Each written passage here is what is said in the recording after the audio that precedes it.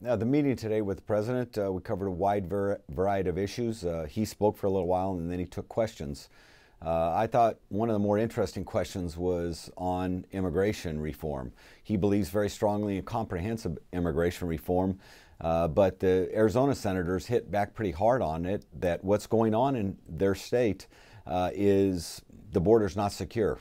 And what surprised a lot of people in the room is that President Obama claimed that his administration had done more than any other administration on border security. And I think that the facts contradict what the president said.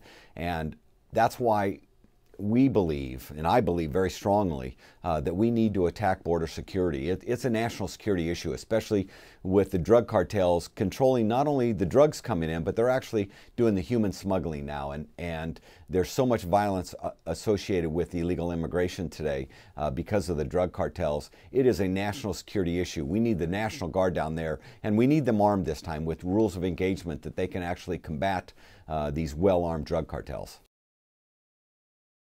Well, unfortunately, the people of Arizona felt that they had to enact a law that has become very divisive.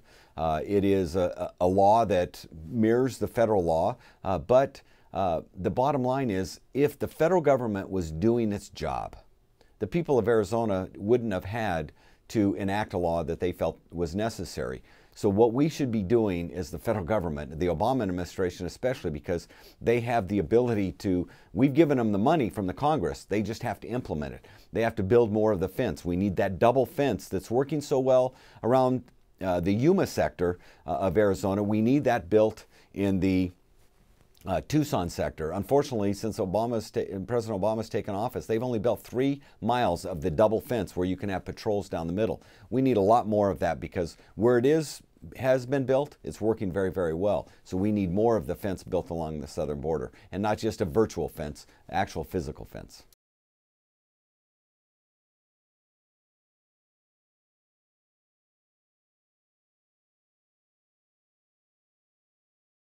You know, a very small part of today's lunch actually touched on the debt and the deficit. It was brought up by a couple of senators, but you know, the president kept going back, blaming previous administrations. Listen, I've been one of the biggest critics of the Bush administration and Republicans in Congress for spending too much money.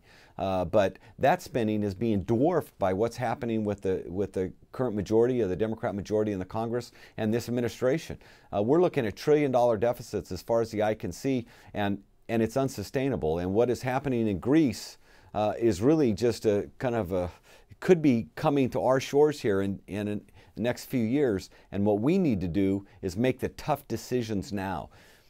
The 2 bills that are coming before the Congress over the next couple of weeks are going to add an additional $200 billion to the national debt. They're not paid for. They're not offset. We're not making the tough choices that Carson City, the legislators there, or people at the local governments or businesses or families are making. We're just printing more money and adding that to our children, our grandchildren's debt. It's unsustainable, and we need to get serious about it right now.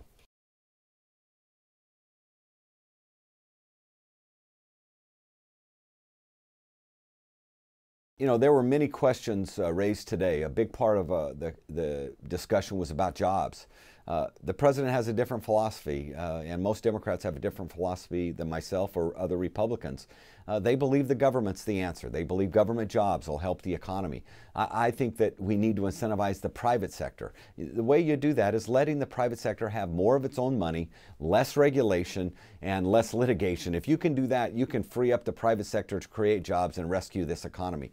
If you just keep pumping more money into government jobs, you're going to have to support those year after year after year. You're going to have higher taxes, and that inhibits growth of jobs in the private sector, because every time you raise $1 in taxes to support a government job, that's $1 that's not there to create a private sector job that sustains itself.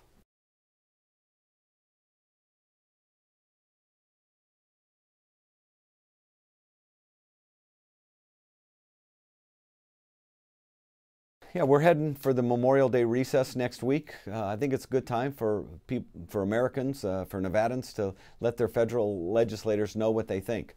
It's a good time to contact their offices, call, email, the various ways that they can contact us, go to events that we're going to be attending in the state, and make their voices heard. Because if we don't rise up and let the people who are in elected office know that we think these issues are important, Washington will continue to spend more and more and more money and spend us to the point where it's too late.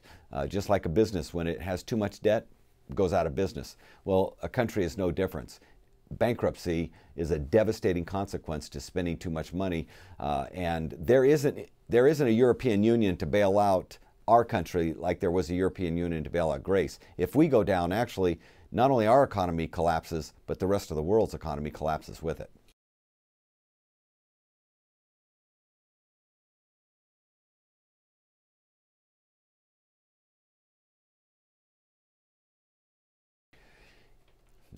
The employment situation in the state of Nevada is devastating. There are so many people who are out of work. The unemployment rate in Clark County alone is 14%. Statewide, it's mid 13%. That's a situation that a lot of people are really hurting out there, and they've been out of work for a long time, and the prospects don't look that great for the future. There's a lot of uncertainty. Taxes are going to be going up for small businesses next year. This new health care bill, people have no idea what the health care bill, how it's going to affect their business, because they haven't written the regulations, and there's a lot of regulations that have to be written for this bill, so they don't know, which way. There's incentives actually for small businesses to fire people, leave them out of work for 6 months so that then they can get the tax credits to provide health insurance. So there's a lot of real perverse incentives in the health care bill, uncertainty in the marketplace. That's why in Washington here, we should be focusing job number one on creating jobs in the private sector, not supporting more government jobs, not creating more bureaucracy, not having more regulations, but actually incentivizing those entrepreneurs out there to create jobs.